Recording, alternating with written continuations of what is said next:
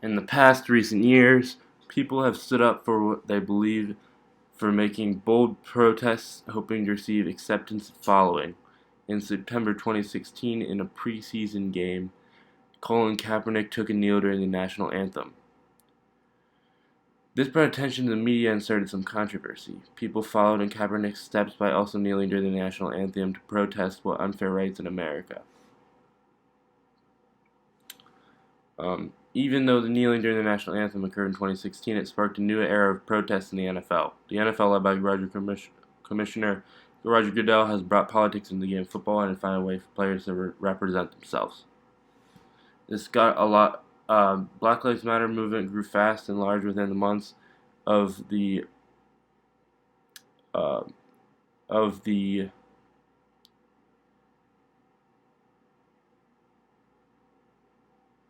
of the tragedy of George Floyd, and the protests transferred to professional sports, including the NFL. Controversy of this topic is when Alejandro Villanueva wore the name Alan Kosh, who was a first-class Army sergeant who died while trying to save soldiers from a car fire. Um, Villanueva wore the name instead of Antoine Rose, who was a 17-year-old black male who was shot by Pittsburgh police in 2018. He was an honor student at Woodland High School and played basketball and saxophone. Antoine was unarmed during the incident, and he was shot in the back 3 times while running from the police after getting pulled over.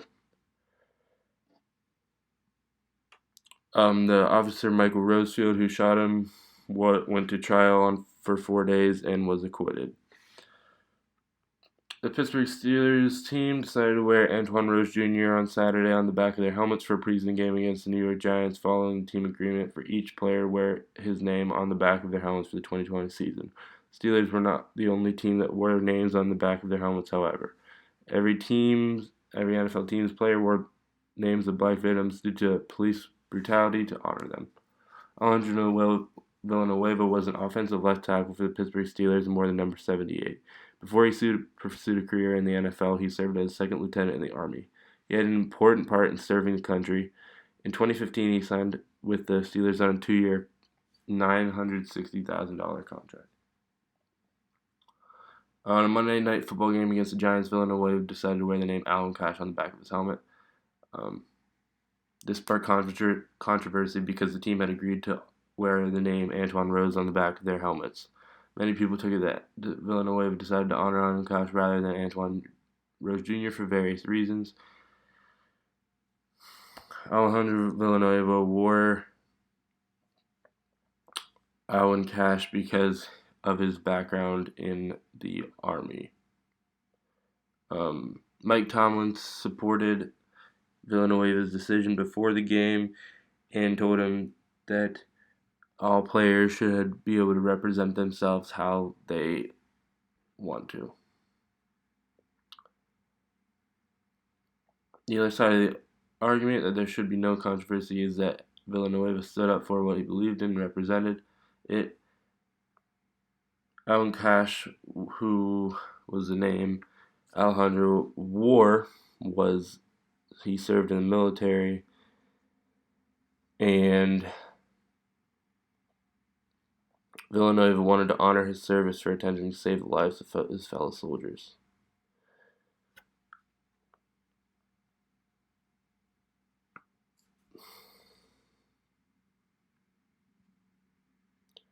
The controversy opens up when Chris Mack made a Twitter post about the situation. Chris Mack is a radio show host for 93.7 The Fan, which is a Pittsburgh sports radio channel.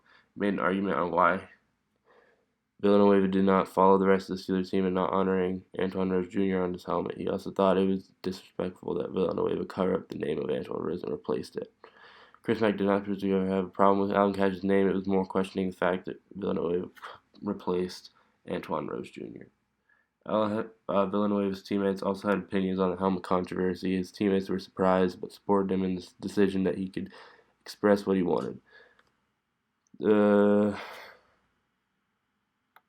Michelle Kennedy, who was the mother of Antoine Rose Jr., questioned why he would wear a different name going against a team vote. She spoke out on Facebook explaining her disappointment with Villanueva and made it public and made it clear that he should not have done that.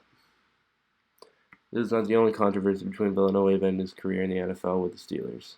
2016, in a game against the Pittsburgh Steelers and Chicago Bears, Villaneuva went out of the tunnel during the national anthem, being the only one from the team. So who won the argument? On the one side of the story, Villaneuva went on his own path and did what he believed in. And he did consult his coach before the game, and he should be able to represent who he wants.